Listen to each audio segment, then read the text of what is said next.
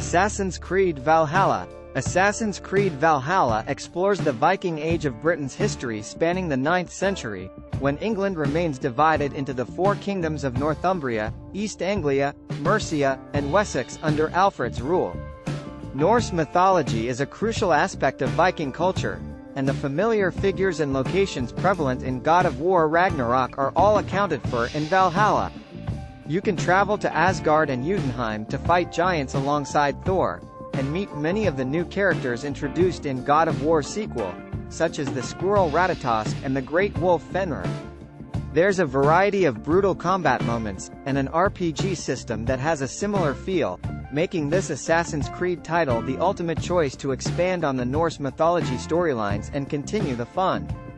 Immortals Fenyx Rising. If there's a game that leans even more heavily into the mythology of its world than God of War Ragnarok, it's this one.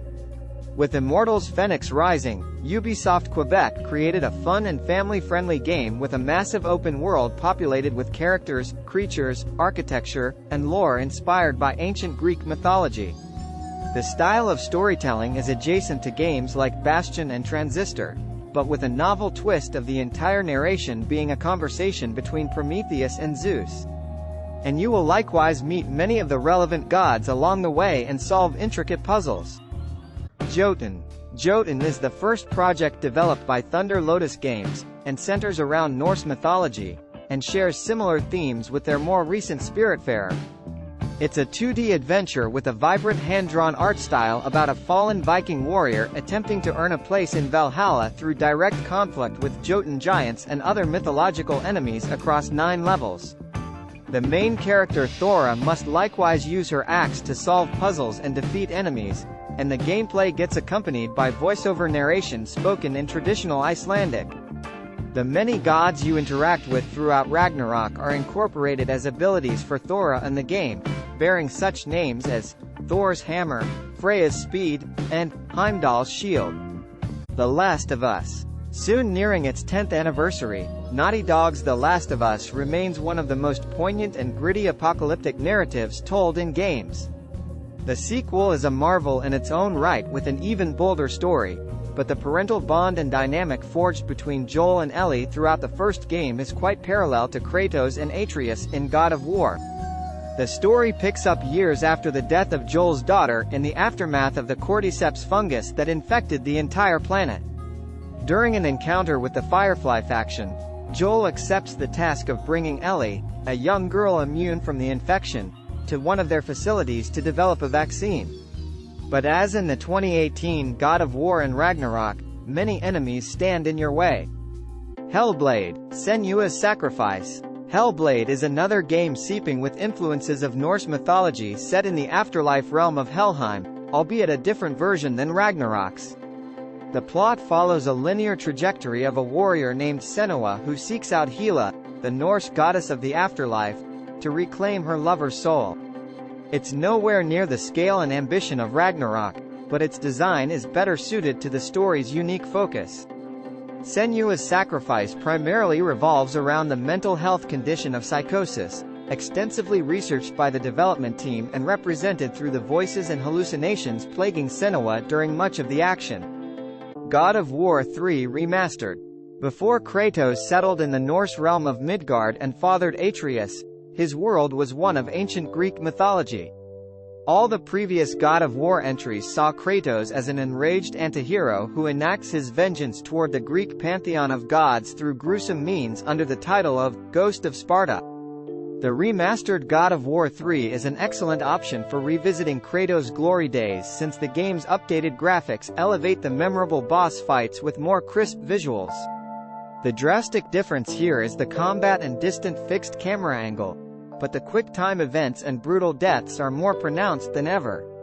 Horizon Forbidden West. What better way to pair a magnificent sequel from Santa Monica Studio than with another from Guerrilla Games?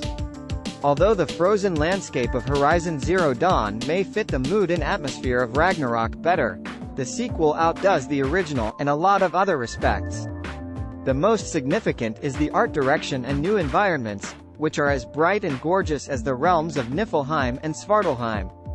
Horizon Forbidden West continues the story of Aloy in the style of an action RPG with plenty of side quests and crafting. It sees her on a path to the ruinous west coast of the United States, traversing scenic open-world landscapes of cities such as Las Vegas and San Francisco, dominated by newly designed animalistic machines and warring tribes that Aloy must fend off. A Plague Tale, Innocence and Requiem. Battling the Norse mythological forces alongside his father has Atreus mature at a much younger age than he should have, and that's precisely the theme that encapsulates the story of A Plague Tale games. They present a brutal tale of a young brother and sister trekking across ruinous rat-infested zones of 14th century France filled with enemies and other dangers, forcing them to commit horrific acts to keep each other safe. A Plague Tale, Innocence and the sequel, Requiem, are both sound choices to play if you enjoyed the moving journey of God of War and Ragnarok. Requiem shares the same transformation from its original game as with Ragnarok, where the gameplay, locations, and mechanics expand on the original, and the environment grows bigger and better. The Witcher 3, Wild Hunt. A remarkable new feature in God of War Ragnarok is that you can play as Atreus, who can now wield an array of spells to use against foes. Magic of all colors clouds the screen, which evokes the fun aesthetics of Geralt's power in the Witcher series. Aside from the vast bestiary of creatures and humorous dwarves present in both, another highlight of God of War Ragnarok is that there is as much care and consideration into its side quests as The Witcher 3, which is one of the reasons it was so beloved by fans. The third game also allows you to play as Geralt and his adopted daughter Ciri as they counter the frozen doom of the Wild Hunt. Shadow of the Tomb Raider. While Kratos and Atreus are bracing for the inevitable Ragnarok, Lara Croft has a Mayan apocalypse of her own to prevent in the third installment of the reimagined Tomb Raider series. Shadow of the Tomb Raider follows Lara's journey through the harsh jungles of Central and South America as she aims to be one step ahead of Trinity in acquiring the ancient box of Ixchel that would trigger the devastation. It's fair to say that every new Tomb Raider game that's come out so far has been nothing short of amazing, with its stunning graphics and exhilarating action sequences that never cease to captivate you. However, Shadow, like Ragnarok, surpasses its predecessors because it introduces new mechanics and side quest activities over more traditional linear storytelling.